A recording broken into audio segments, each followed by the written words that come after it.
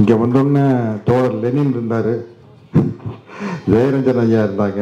நீங்கள்லாம் பேசி நான் கேட்டால் மகிழ்ச்சியாக இருக்கும், கொஞ்சம் பாடம் கற்றுக்கிட்ட மாதிரி இருக்கும். இருந்தாலும் என்ன பேச சொல்லியிருக்காங்க.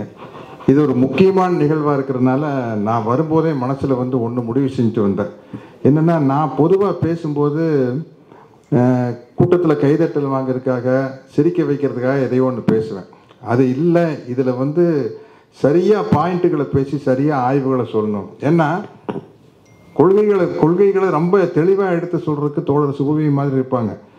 ஒரு சினிமா நடிகரும் போது கொஞ்சம் வேறு விதங்களாக எதிர்பார்ப்பாங்க இல்லையா? அந்த நடிகருக்கே உண்டான ஒரு பரபரப்பு, அதை இந்த தடவை அதெல்லாம் எதுவுமே இல்லாமல் பாயிண்ட்டை மட்டும் பேசணுங்கிறதுக்காக எழுதியே எடுத்துகிட்டு வந்துட்டேன். ஏன்னா இது வந்து முக்கியமான ஒரு மேடையாக நான் நினைக்கிறேன், மிக முக்கியமான மேடையாக நினைக்கிறேன். என்னுடைய அனுபவத்தை வச்சே பேசுகிறேன். முதல்ல வந்து நான் பிடிச்சு பேசக்கூடாது. எங்கள் ஊரில் பெரியார் மையம் நூலகமும் அறிவியல் ஆய்வு மையம் அமைக்க போகிறோன்னு சொன்ன நம்ம மாண்புமிகு தமிழ்நாடு முதலமைச்சர் ஸ்டாலின் அவர்களுக்கு என்னுடைய நன்றியை தெரிவிச்சுக்கிறேன். 26ஆம் தேதி ஜனவரியிலேயே அது கட்டி முடிக்கப்படும் சொல்லியிருக்காரு. இப்போது நான் ஏதாச்சும் கூடுதல் நேரம் எடுத்துட்டுன்னா சொல்லிடுங்க. நான் என்னுடைய வாழ்க்கை அனுபவத்திலிருந்து இந்த திராவிட இயக்கம் தான் தமிழ் உணர்வை ஊட்டி வளர்த்தது அப்படிங்கிற ஒரு இடத்துக்கு நான் வர ஆசைப்படுறேன். இப்போ எனக்கு 70 வயசு ஆகுது. எனக்கு ஒரு 11 வயசு இருக்கும்போது 1965 தான் இந்திய எதிர்ப்பு போராட்டம் உச்சக்கட்டத்தில் இருந்தது. அப்போ நான் வந்து 7ஆம் வகுப்பு படிச்சுட்டு இருக்கேன். அது வரைக்கும் ஒரு 10 வயசு பையன் இங்கே அங்கே எங்கேயும் போக மாட்டான், சின்ன வயசு தானே. அது என்னுடைய குடும்ப சூழல் எப்படின்னா, நாங்கள் கொஞ்சம் வசதியான குடும்பங்கிறத விட ஒரு பண்ணையார், விட்டா மிராசு, ஜமீன், அந்த சூழ்நிலையில் பிறந்த ஒரு பையன். எங்கள் சூழ்நிலையில் என்னென்னா, குழந்தை பிறந்தன்னு கொண்டு போய் கான்வெண்ட்டில் சேர்த்திடுவாங்க. அதுவும் வந்து மலை மேலே இருக்கிற கான்வெண்ட்டாக தான் இருக்கும்.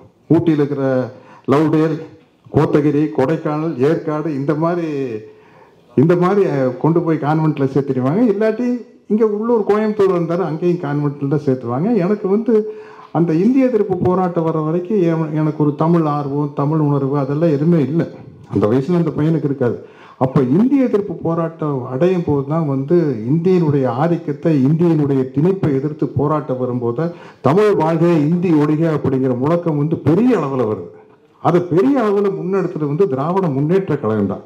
அப்போ தான் என்ன மாதிரி 11 வயசு இளைஞர்கள் பார்வை திராவிட முன்னேற்ற கழகத்தின் மூலமாகத்தான் தமிழின் பக்கம் திரும்புகிறது, தமிழினுடைய பெருமையின் பக்கம் திரும்புகிறது. அதுக்கு முன்னாடி விளையாட்டுத்தனமா சுத்திக்கிட்டு இருப்போம். சரி, அந்த ஒரு 12 வயசுல வந்து சினிமா தானே முக்கியம். அப்போ சினிமாவுக்கு போனால் நான் ஒரு தீவிரமான புரட்சி தலைவர் எம்ஜிஆருடைய ரசிகர். அங்கே தியேட்டரில் போய் படம் பார்க்கல இந்திய எதிர்ப்பு போராட்டம் உச்சத்தில் இருக்குது. பணம் படைத்தவன் ஒரு படத்தில் வந்து எனக்கு ஒரு மகன் பிறப்பான், அவன் என்னை போலவே இருப்பான் ஒரு பாட்டில் வந்து உயிரை தமிழுக்கும் உடலை மண்ணுக்கும் உதவும் நாள் கண்டு துடிப்பார், சுற்றி பகை வந்து சூடும் திருநாளில் வெற்றி தோல் கொண்டு முடிப்பான்னு ஒரு பாடல் வரி வரும். எங்கே போனாலும் வந்து திராவிட இயக்க சினிமாவில் வந்து தமிழ் தமிழ் தமிழ்னு அந்த தமிழ் ஆர்வத்தையும் தமிழனுடைய பெருமையும் வந்து என்ன மாதிரி ஒரு 12 வயசு பையனுக்கு, 13 வயசு பையனுக்கு, 15 வயசு பையனுக்கு வந்து ஊட்டி வளர்த்துறது வந்து திராவிட இயக்கம் தான். இல்லாட்டி என் குடும்ப சூழலில் வந்து நாங்கள் வந்து எங்கள் சொந்த பந்தங்கள்லாம் இங்கிலீஷ்லேயே இங்கிலீஷையே எங்கே போட்டு பேசுவோம். வாட்டுங்க மச்சான், ஐ கேம் ஹியருங்க, we are waiting for such a long time, but you are never come. இப்படி அப்போ வெள்ளக்காரனுக்கே சந்தோஷப்படுவான். இல்லைப்பா, நம்ம மொழிக்கு இவ்வளோ மரியாதை ஏற்படுத்தி கொடுத்தது பல்லடத்துக்காரர் கொஞ்சம் அதிகமாக சிரிக்கிறார். ஆங்கிலத்துக்கு மரியாதை கொடுத்தது வந்து கோயம்புத்தூர்காரங்களா இருப்பாங்க போறதுக்குன்னு சொல்லி, இதுதான் எங்கள் பக்கத்து பழக்கம்.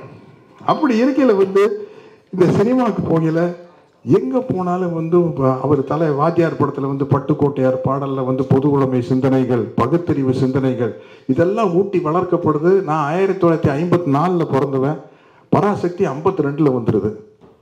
ஒரு 15 வயசு இருக்கையில் பராசக்தி மறு வெளியீட்டில் வந்து அப்போவே நிறைய கலைஞருடைய மீட்டிங்கு, பேரறிஞர் அண்ணாவுடைய மீட்டிங் எல்லாம் கேட்டு அந்த தமிழ் ஆர்வம், திராவிட இயக்க சிந்தனைகள் எல்லாம் உள்ளே விதைக்கப்படுது.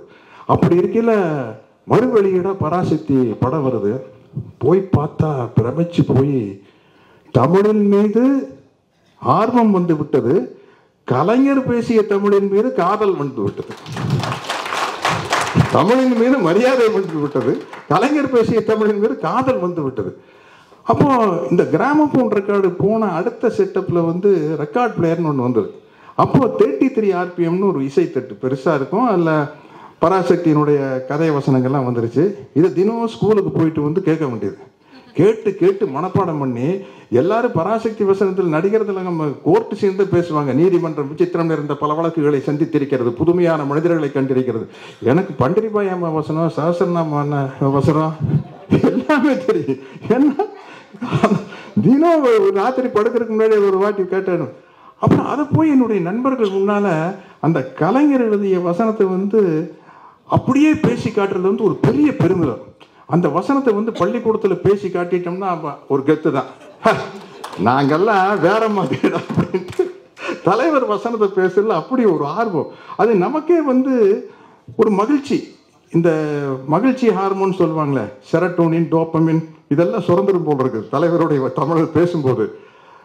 இப்படி பிற்பாடு வந்த படங்களை பார்க்கல ஒரு 1958 54 நான் பிறந்த வருஷம் தான் வந்தது மலைக்கல்லன். அதுவும் வந்து கலைஞர் அவர்கள் தான் கதை வசனம், வாத்தியார் தான் ஹீரோ. போனால் டைட்டில் சாங் வந்து தமிழன் என்றொரு இனம் உண்டு, தனியே அவருக்கு ஒரு குணம் உண்டு. நாடோடி மன்னன் ரிலீஸ் ஆகுது, போய் பார்த்தா செந்தமிழே வணக்கம் உண்டு ஆரம்பிக்குது. இப்படி திராவிட இயக்க கலைஞர்களும் திராவிட இயக்கம் சேர்ந்து ஒரு மிகப்பெரிய அளவில் ஒரு தமிழ் ஆர்வத்தை, தமிழை நேசிக்க வேண்டிய ஒரு மனசை வந்து எங்களுக்கு உருவாக்கிட்டாங்க. அதுக்கப்புறம் பள்ளியில் படித்து முடிக்கல. 1967 8ஆம் கிளாஸ் படிக்கல நினைக்கிறேன், 9ஆம் கிளாஸ் படிக்கலையோ, திராவிட முன்னேற்ற கழகம் ஆட்சிக்கு வந்தது. வந்த உடனே பேரறிஞர் என்ன பண்ண முதல் வேலை, சென்னை மாகாணத்துக்கு தமிழ்நாடுன்னு பேரை மாற்றினார். இதை விட என்ன திராவிட இயக்கம்? இது வந்து திராவிட இயக்கத்தை தாண்டி நாங்கள் தமிழ் தேசியத்தை முன்னெடுக்கிறோம் அப்படின்னா, நீங்கள் திராவிட இயக்கத்துலேருந்து ஒரு ஸ்டெப்பு, 4 ஸ்டெப்பு 10 ஸ்டெப்பு முன்னாடி போய் எடுங்க, வேண்டான்னு சொல்ல. இது வந்து எதிர்வினையாக அதை எப்படி கட்டமைக்கிறது, அதுதான் எனக்கு ரொம்ப வருத்தமான விஷயம். அப்புறம் சினிமாவில் நடிக்க வந்தாச்சு. 1978 சினிமாவுக்கு நடிக்க வந்தேன். வந்து சினிமாவில் நடிச்சிருக்கிறல 1985 காலகட்டங்களில், 83 85 காலகட்டங்களில் ஈழ தமிழீழ விடுதலை போர் ஒரு மிகப்பெரிய உச்சத்தை அடையுது. அப்போ அந்த விடுதலை போருக்கு வந்து திராவிட இயக்க தோழர்களும் தலைவர்களும் தான் பெருசாக முன்னின்றாங்க. தோழர் சுபவி அவர்கள் 1 வருஷம் 2 வருஷம் உள்ள போயிருப்பீங்களா? 2 வருஷம். வைகோ அண்ணா வந்து 2 வருஷமா நம்ம உள்ள இருக்கிறாரு. அங்கே கோவை ராமகிருஷ்ணன், குளத்தூர் மணி அவர்கள், இப்படி ஏகப்பட்ட பெரியார் தொண்டர்களும் திராவிட முன்னேற்ற கழக தொண்டர்களும் சிறைக்கு போகிறதும் கிட்டத்தட்ட தூக்கு தண்டனை வரைக்கும் போயிருக்கான்னு நினைக்கிறேன். கோவை ராமகிருஷ்ணன் எனக்கு சரியா ஞாபகம் இல்லை. குளத்தூர் மணி அவர்கள், விடுதலை ராஜேந்திரன் அவர்கள், இவ்வளவு பேரும் வந்து அந்த திராவிட இயக்கத்துக்கு வந்து அங்கே சில தலைவர்களை வந்து அவர் வாத்தியார் பார்வையில், எம்ஜிஆர் அவர்கள் பார்வையில் பிரபாகரன் அப்படின்ட்டு ஃபீல் பண்ணுறாரு, கலைஞர் அவர்களுடைய பார்வையில் சபாரத்னம்னு ஃபீல் பண்ணுறாரு. பட் ஈழ விடுதலைக்கு ஆதரவாக இருந்தது, அந்த ஈழ விடுதலைக்கு பெரிய அளவில் உத்வேகமாக இருந்தது வந்து திராவிட இயக்கங்கள் தான். அன்னைக்கு இப்போ மக்கள் தலைவர் எம்ஜிஆர் அவர்கள் முதலமைச்சராக இருக்காரு. அந்த ஆயுதங்கள் எல்லாம் ஏதோ பறிமுதல் செய்யப்பட்டுருச்சு. அது வேணுன்னு மேற்கு தேசிய தலைவர் பிரபாகரன் அவர்கள் உண்ணாவிரதம் இருக்கிறாரு. உடனே திராவிட இயக்க தலைவர் எல்லாம், பெரியாரிய தலைவர்கள்லாம் அங்கே பேசி தான் அதை ரிலீஸ் பண்ணி விட்டான்னு நினைக்கிறேன். அந்த உண்ணாவிரதத்தை முடிச்சு வச்சது நம்ம ஆசிரியர் வீரமணி ஐயா. அவர் தான் ஜூஸ் கொடுத்து முடிச்சு வச்சாரு. அது தலைவர் பிரபாகரன் கிட்ட கேட்காமையா அதை நடந்திருக்கும், கேட்டிருப்பாங்கல்ல. இன்னைக்கு உண்ணாவிரத்தை முடிச்சிடலாங்க, அவர் எம்ஜிஆர் எல்லா ஏற்பாட்டையும் பண்ணார். இந்த உண்ணாவிரத்தை முடிச்சு வைக்கிறது வந்து இப்படி வீரமணி ஐயா வந்து உங்களுக்கு பழச்சாரை கொடுத்து முடிச்சு வைக்கலான்னு இருக்கிறாங்க, அது உங்களுக்கு ஓகேவான்னு கேட்டிருப்பாங்கல்ல. அவர் சம்மதம் கொடுத்ததுக்கப்புறம் தானே அது நடந்திருக்கும். அப்போ எந்த அளவுக்கு தலைவர் பிரபாகரனுக்கு வந்து திராவிட இயக்க தலைவருக்கு மேலே மரியாதை இருந்திருக்கு அப்படின்னு இதெல்லாம் ஒரு மிகச்சிறந்த உதாரணம். யாருமே அங்கே நான் தம்பி பேரறிவாளன் ஜாமீனில் வந்திருக்காரு, ஜோலார்பேட்டையில் இருக்கிறாரு. 15 நாளாக 1 மாதமாக வந்திருக்காரு. சரி, நான் அவரை பார்த்துட்டு வரலான்னு ஜோலார்பேட்டைக்கு போகிறேன். முன்னாடி போலீஸ் எல்லாம் கையெழுத்தெல்லாம் போட்டு வாங்கிட்டு உள்ளே விட்டாங்க. அவர் வெளியே வர முடியாது. தம்பி அற்புதம் அம்மாள் தான் வந்து என்னை வரவேற்றாங்க. கதவை திறந்தோடனே இவ்வளோ பிரச்சனை, தூக்கு தண்டனை ரத்தாகுமா ஆகாதாங்கிற ஒரு டென்ஷனில் இருக்கிற ஒரு குடும்பம், கதவை திறந்தால் செவுத்தில் பெரியார் படம், பிரபாகரன் படம். இதை விட வந்து திராவிடமும் தமிழ் தேசியம் ஒண்ணுங்கிறதுக்கு வேற உதாரணமே வேண்டியதில்லை. ஒரு பக்கம் பெரியார் படம், இன்னொரு பக்கம் பிரபாகரன் படம். இதை விட என்னங்க வேணும் உதாரணம் இல்லையா? அவரு அப்படிப்பட்ட ஒரு இயக்கமே வந்து திராவிடத்தை வந்து அரவணைச்சு திராவிடமும் தமிழ் தேசியம் ஒன்று அப்படிங்கிற ஒரு பாதையில் தான் அவங்க நட போட்டுருக்குறாங்க. இதுக்கெல்லாம் அது உச்சபட்சமா நான் வந்து நிறைய இந்த என்னை பக்குவப்படுத்திக்கிறதுக்காக ஐயா ஜெயரஞ்சன் ஐயா அவர்கள், லெனின் அவர்கள், இவர்களுடைய உரையெல்லாம் கேட்பேன் நான் டிவியில். உங்களுடைய ஒரு நிமிட செய்தியெல்லாம் கேட்பேன். அப்படி நம்ம தோழர் விடுதலை ராஜேந்திரன் வந்து நேற்று முந்தானேற்று ஒரு பதிவு போட்டிருந்தார். இதுதான் வந்து மேக்சிமம் அத்தாரிட்டி. அவர் சொல்றாரு, 1978 கியூபால உலக போராளிகள் மாநாடு ஒன்று நடந்திருக்கு. அதுக்கு தலைவர் பிரபாகரனை கூப்பிட்டுருக்காங்க. அவரால் போக இயலாத சூழ்நிலை. ஏன்னா போராளிகள் கூட்டத்திலேருந்து இங்கேருந்து கியூபா வரைக்கும் போக முடியாது. அதுக்கு பிரபாகரன் அவர்கள் வந்து ஒரு கடிதம் எழுதுறாரு. அந்த கடிதத்தை ஆங்கிலத்தில் எழுதுறாரு கியூபாவுக்கு போகிறதுனால. விடுதலை ராஜேந்திரன் அவர்கள் தோழர் விடுதலை ராஜேந்திரன் அவர்கள் பதிவு பண்ணிக்கிறாங்க. அதில் பிரபாகரன் எழுதுறாரு, Tamils have ancient culture and speak Tamil language, one of the oldest language of India, that from Dravidian family, spoken today in Tamil Nadu, Singapore, Malaysia, South Africa, Fiji Island and other countries அப்படின்னு சொல்றாரு. முடிஞ்சு போச்சா கதை? இதை விட என்ன நம்மளுக்கு திராவிடமும் தமிழ் தேசியம் இரு கண்களுங்கிற அளவில் தான் பேசியிருக்காரு பிரபாகரன் அவர்களே. அதைத்தான் பேசியிருக்காரு. அதை தாண்டி இதை பேசுறதுக்கு ஒண்ணுமே இல்லை. தமிழ் மொழி பேசுகிற திராவிடர்களாகிய நாங்கள் என்று தேசிய தலைவர் மேதகு பிரபாகரன் அவர்கள் கூறுகிறார்கள். இதை விட திராவிடமும் தமிழ் தேசியம் ஒன்று அப்படிங்கிறதுக்கு வந்து எனக்கு தெரிஞ்ச வேற எதுவும் தேவையில்லை அப்படின்னு நினைக்கிறேன். ஆகவே தமிழ் தேசியத்தின் அரண் திராவிட இயக்கங்கள் தான். அதுதான் இந்த தலைப்புக்கு வரும்.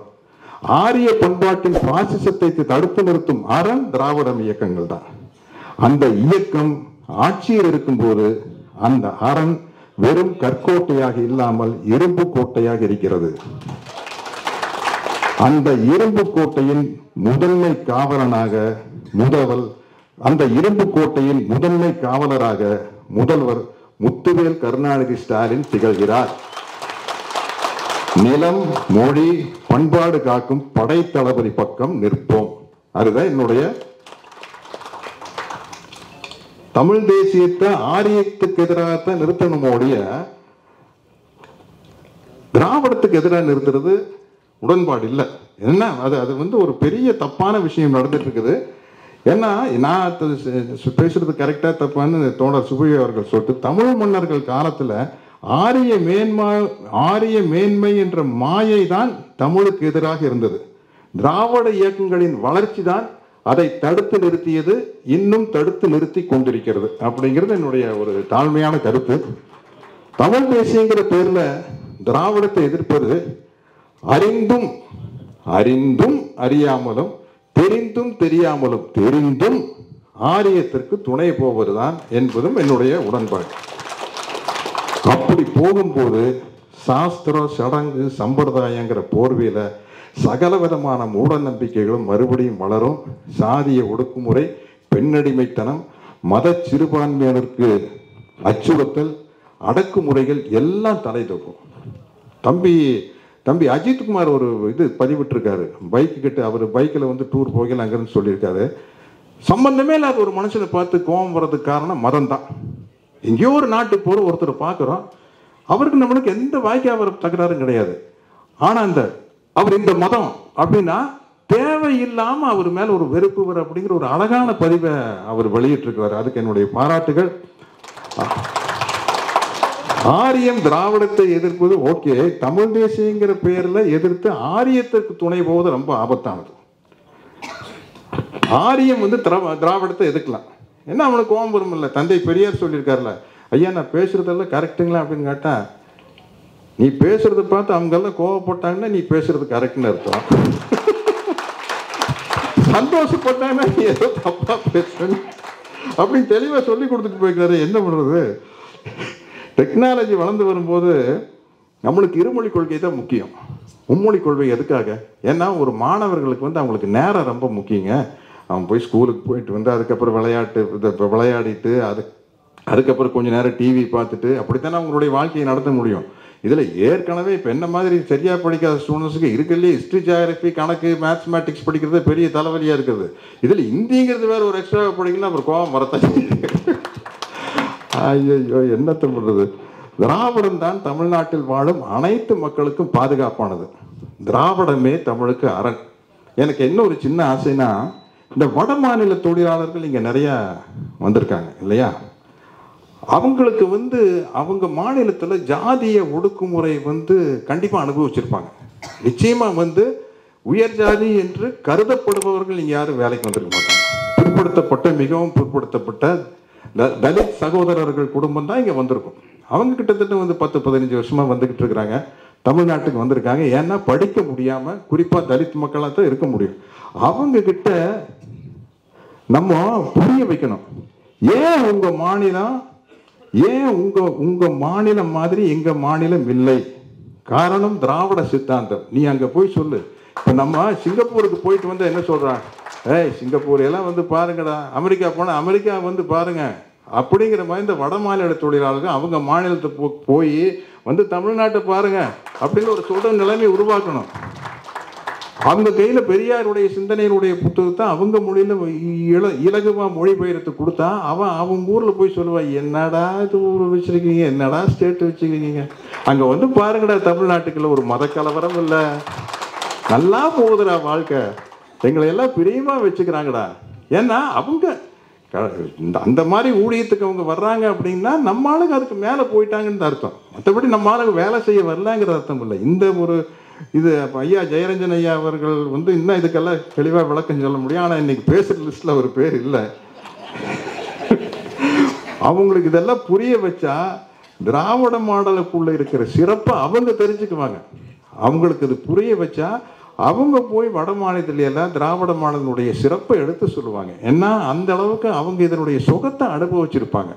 ஆகவே எப்படி பார்த்தாலும் என்னுடைய கருத்து, திராவிடம் தான் தமிழுக்கு அரண் என்பதை இறுதியாக கூறிக்கொண்டு என்னுடைய சிற்றுரையை நிறைவு செய்கிறேன். நன்றி, வணக்கம்.